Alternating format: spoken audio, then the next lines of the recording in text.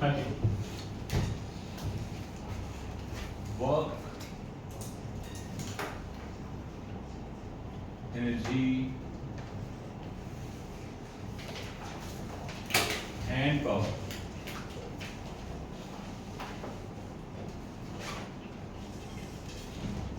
What is work?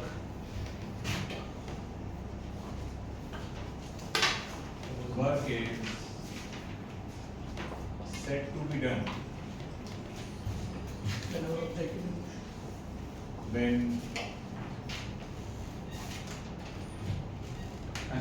work is said to be done when point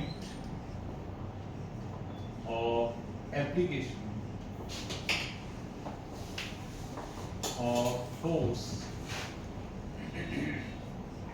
moves. Correct?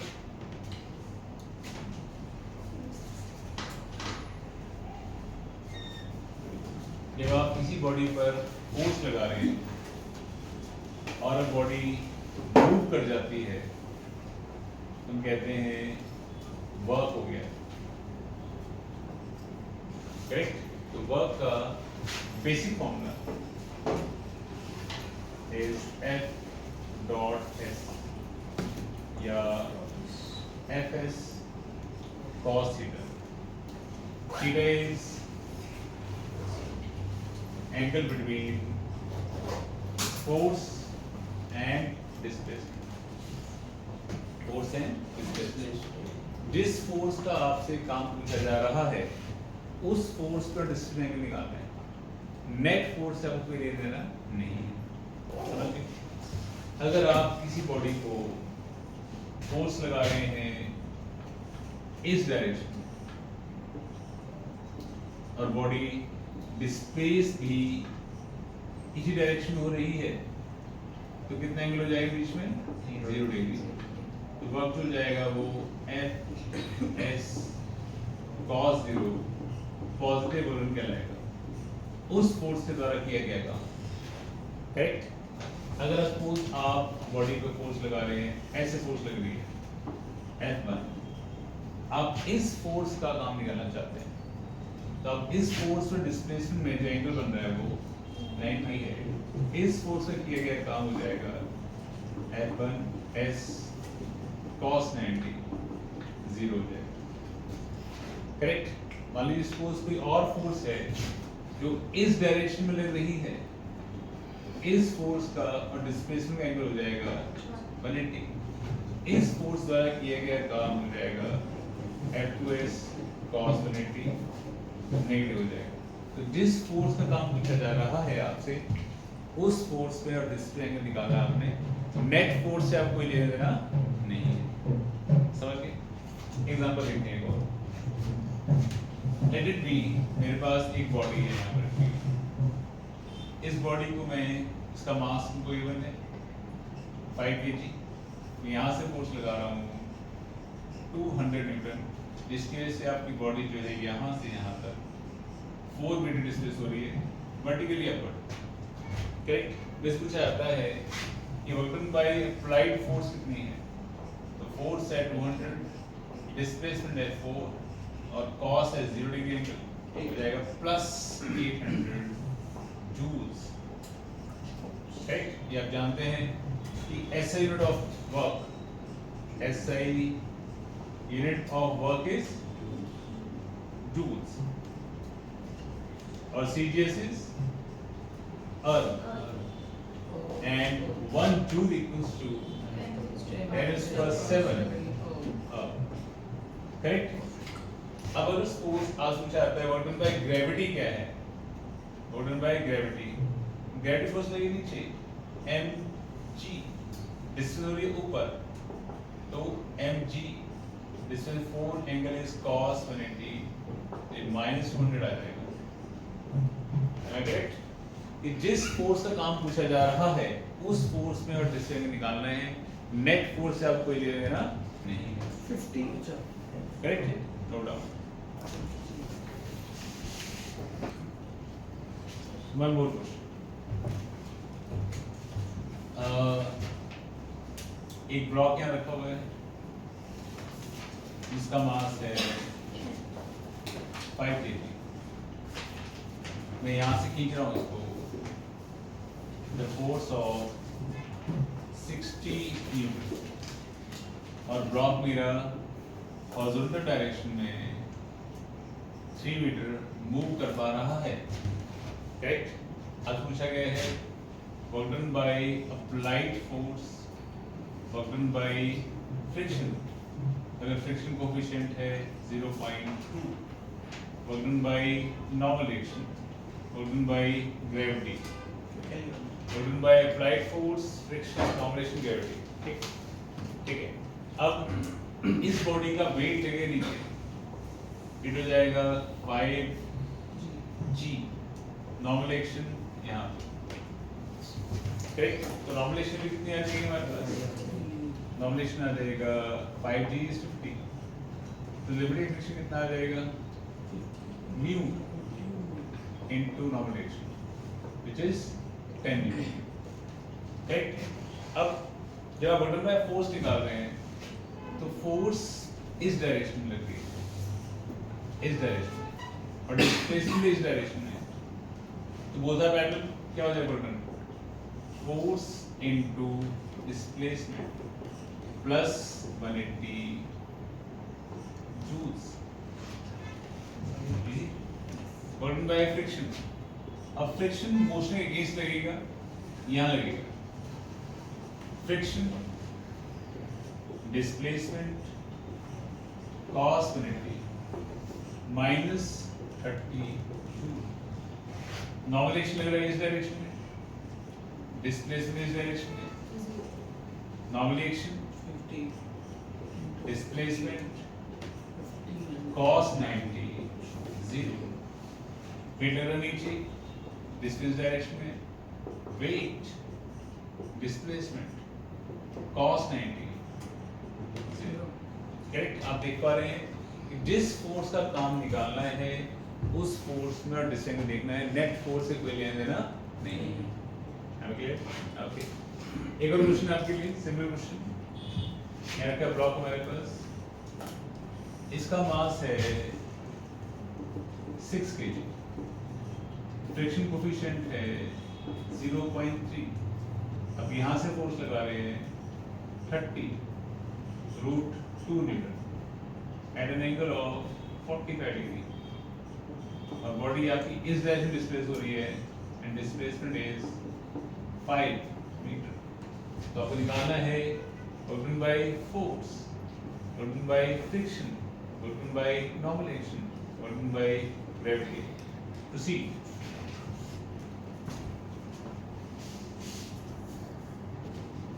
Okay, let's see. Resolve करेंगे।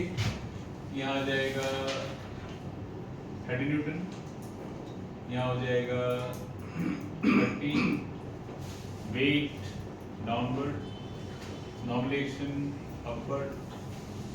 तो normal action plus 30 जो है वो wait balance करेगा। Normal action कितना आ जाएगा आपका? 30 है, जिसकी वजह से फ्रिक्शन कितना आ जाएगा? Mu in normal action came out to be 9। अब फोर्स की बात करें तो फोर्स लगी बॉडी पर इस डायरेक्शन 30, डिस्प्लेसमेंट इस डायरेक्शन में 5 मीटर, एंगल इज 45 डिग्री। तो वर्क डन बाय फोर्स क्या हो जाएगा? Force displacement cos 45 came out to be plus 150 joules। Friction लग रहा है उसको इस डायरेक्शन में, work done by friction force displacement cos 180 minus 45। Normal action लग रहा है इस डायरेक्शन में, work done normal action displacement cos 90 it is 0। Weight यहाँ पर, डिस्टेंस यहाँ पर, again weight was how much? 60, displacement is 5 into cos 90 again 0। got me? Simple question। okay, next question देखो एक बार, again very nice question। should I have this? Okay.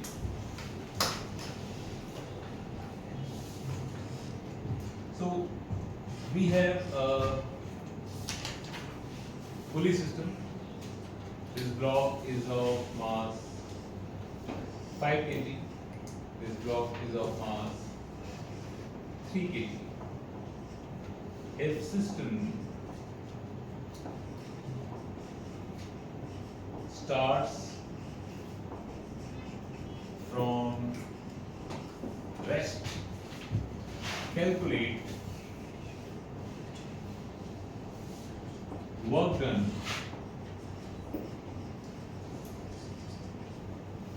by string on blocks between t equal to 0 to t equals to 3 seconds. This is block A, this is block B. Correct? Good.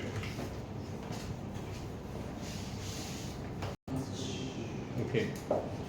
So पहले में निकालना पड़ेगा कि 3 second में क्या displacement होगी. Get the acceleration of system. ये wait being more इसको पुल करेगा, ये वेट अपोज करेगा, एक्सेलेरेशन आ जाएगी. Pulling force, opposing force, total mass. It will be 2g by 8 या g by 4. Correct? Yes, sir. Displacement ut plus half a t square. Acceleration is g by 4, time is 3, 9, 2, 5, 45 by 4 meter, isn't it? और निकालो आप इसके अंदर spring क्या लगाएगी? Tension लगाएगी. Spring क्या लगाएगी? टेंशन. अब नीचे जा रहा है, टेंशन होने क्या आ जाएगा? m g minus a. Correct? g is 10, 10. a is 10 by 4. 10 by 4. 40, 30, 150 by 4 is 75. ये आ गया आपकी टेंशन. सही. अब टेंशन इसमें यहाँ लग रही है, डिस्प्लेसमेंट हुई इसकी इस डायरेक्शन में. Work done on block A, tension, displacement, angle is cos 180 being opposite. Tension is 75. Displacement is 45 by 4 minus 1. ये ब्लॉक जा रहा है ऊपर और टेंशन लग रही है ऊपर.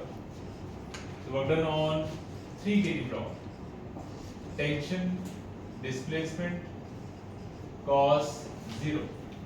Tension is same, displacement is same, and cos 0 is 1. Because tension और displacement दोनों ही same direction में है. This block is coming down, this block is going up. नीचे आ रहा है तो टेंशन की opposite direction में, ऊपर जाएगा तो same direction. Am I clear? Write down. चलो. One more question.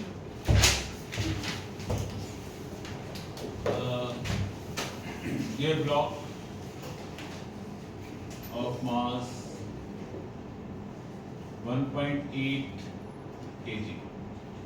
Friction coefficient 1 by 4. You put the block with this force at an angle 45 degree. Block moving horizontally. Displacement is 4 meter. If block moves horizontally with constant velocity, calculate work done by A bar applied force, B bar friction,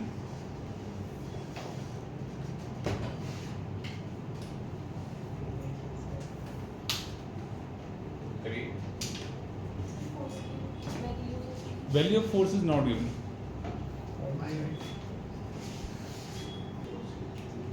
Okay, let us see कैसे करना है। आपको दिया गया है question में कि वो कांस्टेंट वेलोसिटी से जा रहा है। कांस्टेंट वेलोसिटी तब जाएगा जब उस पर नेट हॉरिजॉन्टल फोर्स जीरो होगी। वो कब जीरो होगी? जब आपकी जो पुलिंग फोर्स है F/√2 कॉस कॉम्पोनेंट और जो ऑपोजिट फोर्स है फ्रिक्शन वो इक्वल कर जाएंगे। जब pulling force opposite force equal हो जाएगी तो नेट फोर्स क्या हो जाएगी? जीरो। सिर्फ तभी बॉडी जो है कांस्टेंट वेलोसिटी से जा सकती है। सिंपल की पॉइंट पहले ये था। ये F/√2 यहाँ भी क्या आ जाएगा? F/√2 वेट कितना आ जाएगा? 1.8 G 18 नॉर्मल एक्शन यहाँ पर करेक्ट।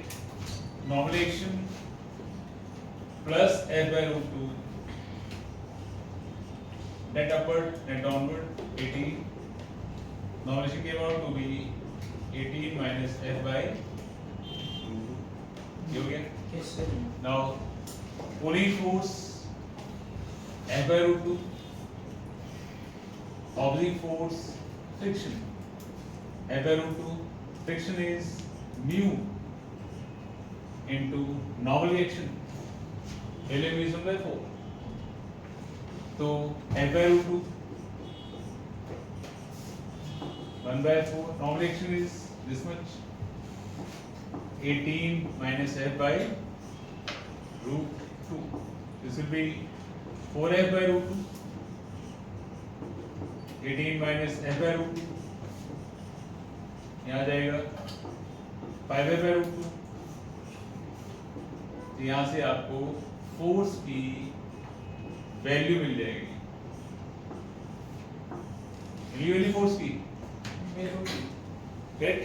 अगर फोर्स मिला है तो फ्रिक्शन मिल जाएगा। How much is friction? Friction is force by √2 from here force by √2 18√2 by 5 into √2 came out to be 18 by 5 ये फोर्स मिल गया। अब वर्णन पे आते हैं। अब बॉडी को जो फोर्स लग रही है वो इस डायरेक्शन में लग रही है at an angle of 45 degree. Body आपकी यहाँ जा रही है। Displacement is 4 metre. तो वर्क डन बाय फोर्स क्या हो जाएगा?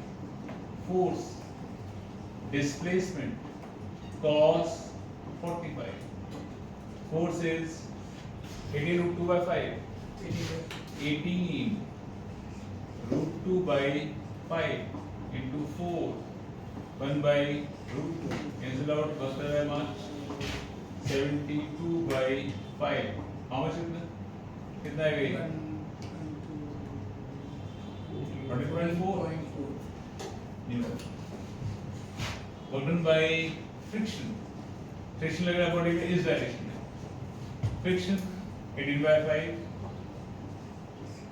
Displacement being opposite cross unity minus 14.4 Newton. Got me? There is solution. Good.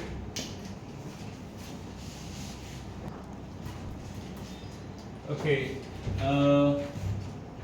Question is a body moves under the action of force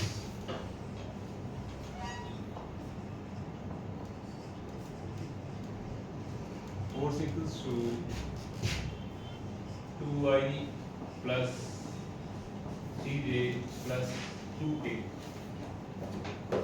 Newton, and moves from point A to point B.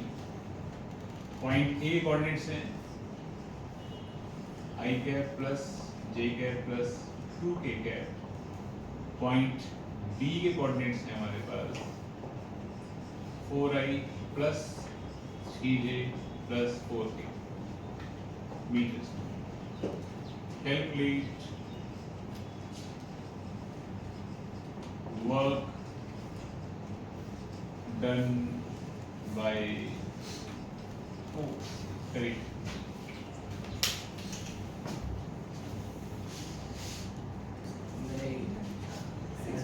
हाँ जी. Work done being scalar is formula is F dot S. So get the displacement first. Displacement is RB minus RA. Final position minus initial. 4 minus 1 is 3i. 3 minus 1 2j. 4 minus 2 2k cap. What are equals to F dot S?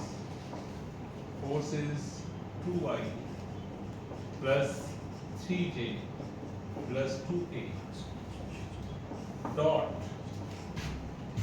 3i plus 2j plus 2k. जानते हैं I dot I is 1, A dot J is 1, A dot K is 1. 16 joules. Correct? Yes, sir. See. One more question.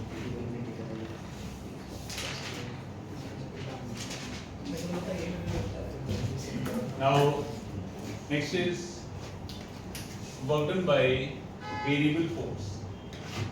Work done by variable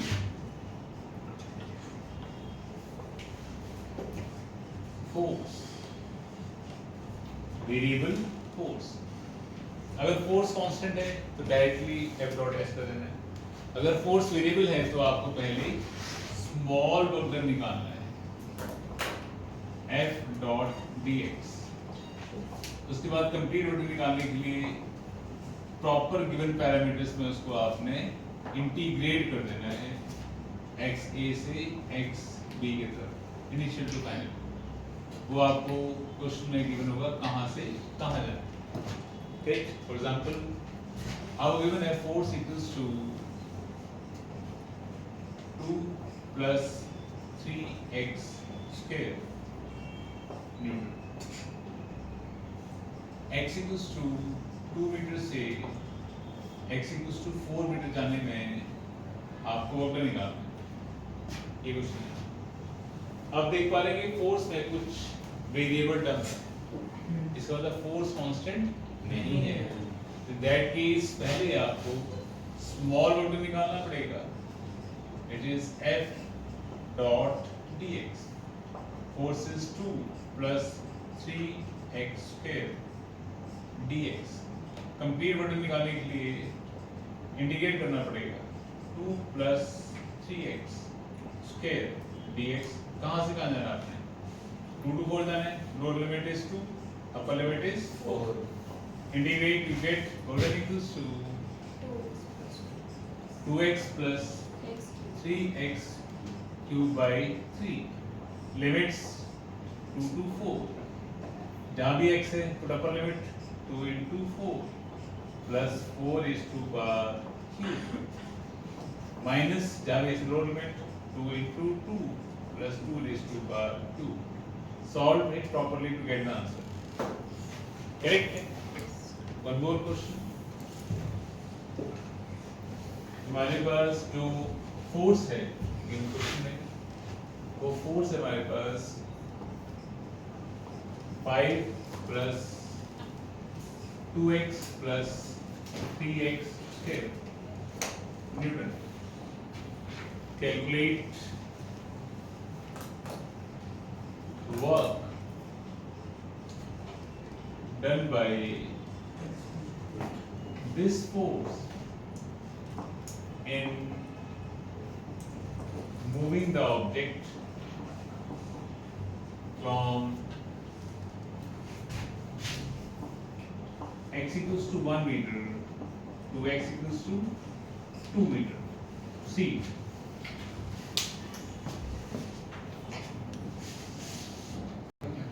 okay, so first we have to get small vector, which is f dot dx. Force is 5 plus 2x plus dx square dx. Integrate limits from 1 to 2. Get 5x plus 2x square by 2 plus 3x cube by 3. Limits 1 to 2. There element है 5, 2 plus 2 raised to power 2 plus 2 raised to power 3. Then minus 5 into 1, 1 plus 1. Okay, this is 10 plus 4 plus 8 minus 5 plus 1 plus 1, which is 7. This will be 22 minus 7 is 15 joules. Simple? Yes, sir. Okay, अब देखिए आगे। Sir, 2 minutes. Copy. I'm not rubbing this. Okay. तो हमारे पास एक होता है spring. Must have seen it. Spring.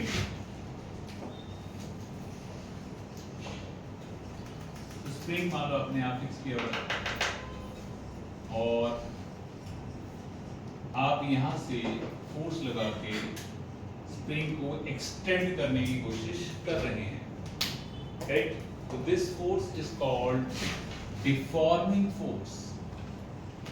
इसको deforming force कहते हैं, जो उसकी शेप को डिफॉर्म करने की कोशिश कर रही है, कॉम्प्रेस कर रही है या खींच रही है, करेक्ट है? Yes, sir. जैसे डिफॉर्मिंग फोर्स हटती है तो उसके बाद इंटरमॉलिक्यूलर फोर्स लगती है, it is called restoring force. F R हमारे पास है रिस्टोरिंग फोर्स। रिस्टोरिंग फोर्स, तो रिस्टोरिंग फोर्स हमेशा आपने जिस डायरेक्शन में खींचा है या उसको एक दबाया है, कंप्रेस किया है, उसकी ऑपोजिट डायरेक्शन लगती है। अगर आप यहाँ खींच रहे हैं तो इधर लगेगी, अगर आप यहाँ दबा रहे हैं स्प्रिंग को तो इधर लगेगी, करेक्ट? जैसे डिफॉर्मिंग हटाएंगे तो रिस्टोरिंग फोर्स उसको भी पोजीशन पर लेकर जाएगी, करेक्ट? और रिस्टोरिंग फोर्स जो है दैट इज डिपेंड्स अपॉन कितना खींचा है आपने। थोड़ा खींचोगे थोड़ी फोर्स लगेगी, ज्यादा खींचोगे ज्यादा फोर्स लगेगी। सिंपल। इन दैट केस यहाँ जो रिस्टोरिंग फोर्स है that is proportional to displacement from mean position. X क्या है? Displacement from mean position. Mean position. Mean position जहाँ पे वो अपनी unextended length पे था, जहाँ पे वो खींचा हुआ नहीं था या compressed नहीं था। No. ओके, नेगेटिव बिकॉज अगर आप यहाँ खींचोगे तो इस डायरेक्शन लगेगी, यहाँ दबाओगे तो ऑपोजिट डायरेक्शन लगेगी, करेक्ट है?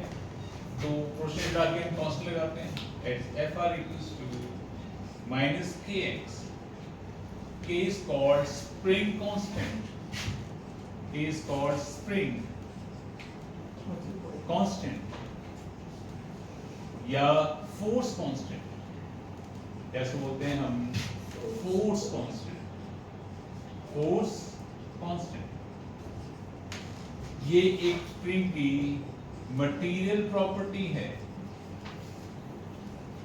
मटेरियल प्रॉपर्टी है। ये फोर्स या एक्सटेंशन पे डिपेंड नहीं करता है। समझ गए? समझ गए? अगर आप स्प्रिंग का मटेरियल चेंज करेंगे, कॉपर से स्टील बना दिया, स्टील से स्टील बना दिया, तो चेंज होगा। करेक्ट? अगर आप इसको खींच रहे हैं, दबा रहे हैं किसी फोर्स से, तो के स्प्रिंग कांस्टेंट चेंज नहीं होता अंटिल आप उसकी इलास्टिक लिमिट में हैं। तो जितना खींच सकते हो उतना खींच रहे हैं, जरूरत से ज्यादा नहीं खींच रहे हैं। बहुत ज्यादा खींच रहे हैं उसमें ये रुक जाता है, तो डिफॉर्म हो जाता है बेसिकली, इलास्टिक प्रॉपर्टीज को लूज कर देता है। समझ गए? तो आपने इलास्टिक लिमिट से प्रोसीड नहीं करना है, तब तक आप जो फोर्स लगाएंगे वो डिस्प्लेसमेंट के प्रोपोर्शनल ही पाई जाएगी। करेक्ट? आगे देखो, जो स्प्रिंग कांस्टेंट है वो स्प्रिंग की नेचुरल लेंथ के प्रोपोर्शनल है, इनवर्सली। स्प्रिंग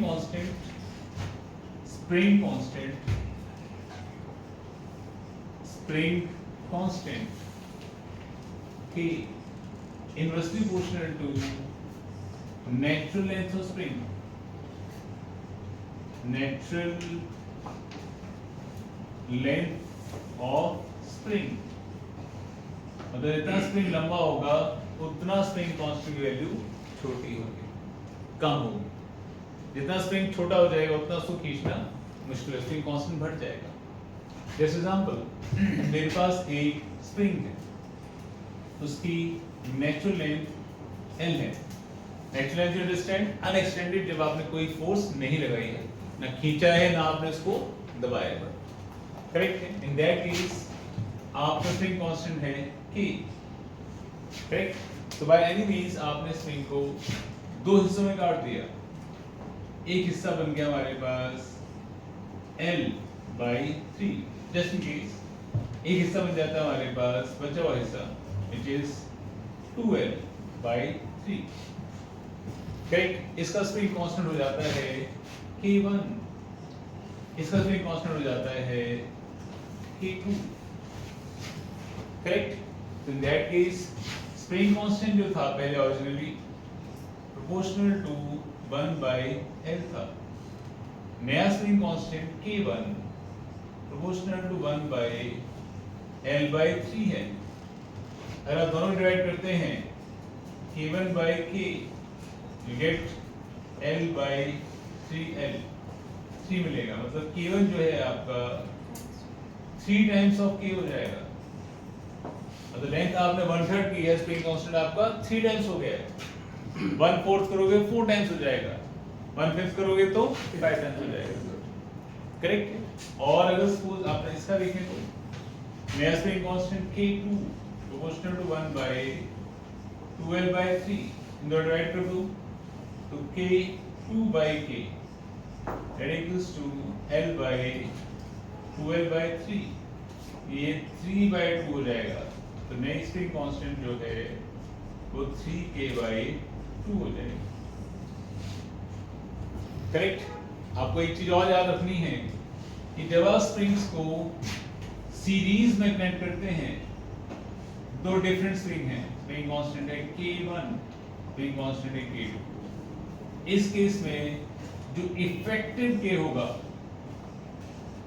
या जो रिजल्टेंट K इफेक्टिव होगा वो आपका 1/K1 प्लस 1/K2 होगा। रेसिप्रोकल में ऐड होगा, सीरीज में। इसमें सीरीज कॉम्बिनेशन में, सीरीज कॉम्बिनेशन में। और अगर आप स्प्रिंग को लगाते हैं पैरेलल में ऐसे, तो इन दैट केस जो आपका K इफेक्टिव है वो K1 प्लस K2 हो जाएगा। करेक्ट? स्प्रिंग पैरेलल तब गिरे जाते हैं जब एक्सटेंशन सेम रहती है, जब एक्सटेंशन सेम रहती है। और सीरीज में तब गिरे जाते हैं जब एक्सटेंशन आपकी डिफरेंट हो जाती है। क्या हो जाती है? डिफरेंट। अगर आपने दो स्प्रिंग्स को ऐसे कनेक्ट कर दिया है, लेट इट बी, ये एक स्प्रिंग है, यहाँ पे एक ब्लॉक लगा दिया, एक ये स्प्रिंग है, तो ये कॉम्बिनेशन हमारे पास सीरीज में गिना जाएगा या पैरेलल में? ये पैरेलल में गिना जाएगा। इज इट मीन कि अगर आप इसको यहाँ से x कॉम्प्रेस करते हैं तो यहाँ से वो x एक्सटेंड हो जाता है, और समझाया मैंने अगर सपोज x से आ रहा है तो पैरेलल कॉम्बिनेशन है, तो वो पैरेलल कॉम्बिनेशन है, और x का डिफरेंट आ रहा है तो वो सीरीज कॉम्बिनेशन है। तो यहाँ पे ये केस बनेगा आपका पैरेलल का, जिसके वजह से आपका k इफेक्टिव हो जाएगा k1 plus k2। Correct? I repeat, आपके पास एक स्प्रिंग है, इंटरमॉलिक्यूलर फोर्सेस उसमें, तो जिस फोर्स से आप स्प्रिंग को खींचते हैं that force is called deforming force. जैसे ही आप उसको हटाते हैं तो एक इंटरमॉलिक्यूलर रिस्टोरिंग फोर्स उसको मेन पोजीशन पर वापस लाती है, and that is proportional to -x, x is displacement from mean position। Correct? जिस डायरेक्शन में खींच रहे हैं उसके ऑपोजिट डायरेक्शन में लगेगा। करेक्ट है? k is spring constant and that is material property inversely proportional to natural length of spring। I hope clear? Yes, sir. Note down। Okay। तो आप देख पा रहे हैं यहाँ पे कि जो फोर्स लग रही है स्प्रिंग पे रिस्टोरिंग प्रोपोर्शनल टू x है, मतलब ये फोर्स कांस्टेंट नहीं है, ये फोर्स आपकी वेरिएबल है। करेक्ट? फिर आपको निकालना है small work done, small work done in extending the spring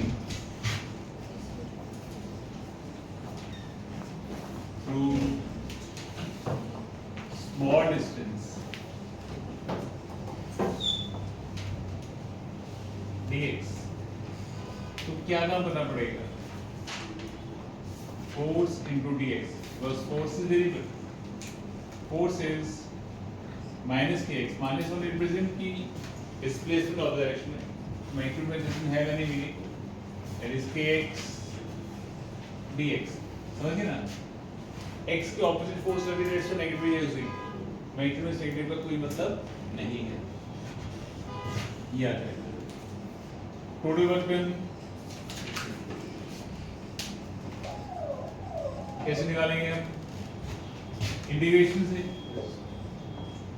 ax dx 0 to x, ये आ जाएगा kx स्क्वायर बाय 2, और ये वर्क डन जो है, दिस वर्क डन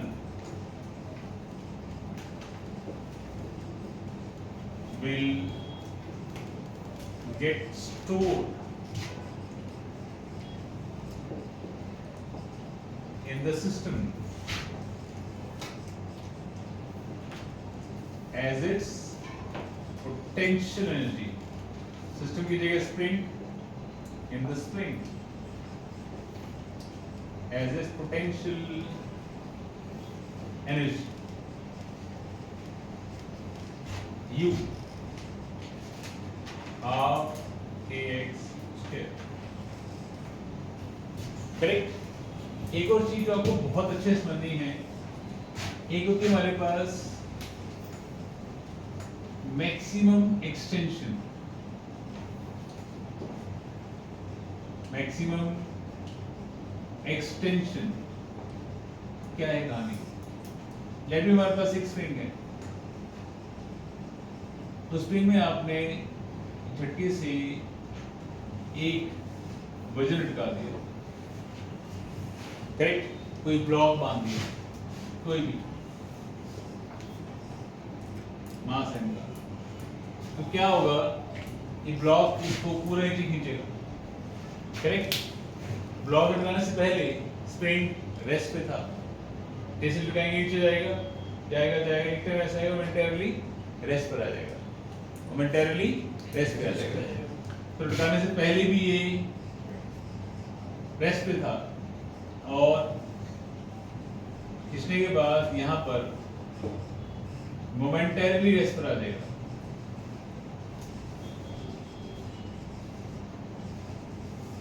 करेक्ट? इसका मतलब इसमें जो ग्रेविटी के अगेंस्ट काम किया है, ग्रेविटी ने जो काम किया है इसके ऊपर, वही काम इसमें एनर्जी के फॉर्म में स्टोर हो गया होगा। ठीक है, तो मान लो अगर सपोज x गिरा है तो कितनी पोटेंशियल यूज की इसने, mgx। एनर्जी कहाँ जाएगी, स्प्रिंग खींचने में, that equals to half kx square. यहां से इसकी मैक्सिमम एक्सटेंशन आ जाएगी 2mg/k। करेक्ट। वेट लटकाने से पहले रेस्ट पे था, लटकाने पर रिमूव कर रहा, एक टाइम ऐसे आएगा, मोमेंटम रेस्ट पे हो जाएगा। वहां पर वो परमानेंट रेस्ट पे नहीं रहेगा, अल्टीमेट फाइनल सेट होगा, कहीं और सेट होगा। करेक्ट। उस टाइम पे मोमेंटम रेस्ट पे रहेगा, तो जो पोटेंशियल लूज की इसने वो स्प्रिंग में चली जाएगी half k square. This is the maximum extension in the spring. Correct है। और फाइनली वो ऐसे हिलेगा और एक टाइम पे आके रेस्ट पे आ जाएगा। करेक्ट। जहां फाइनल रेस्ट पर आएगा वो होगा आपका इक्विलिब्रियम एक्सटेंशन। इक्विलिब्रियम एक्सटेंशन जहां वो फाइनली रेस्ट पर आ जाएगा यहां।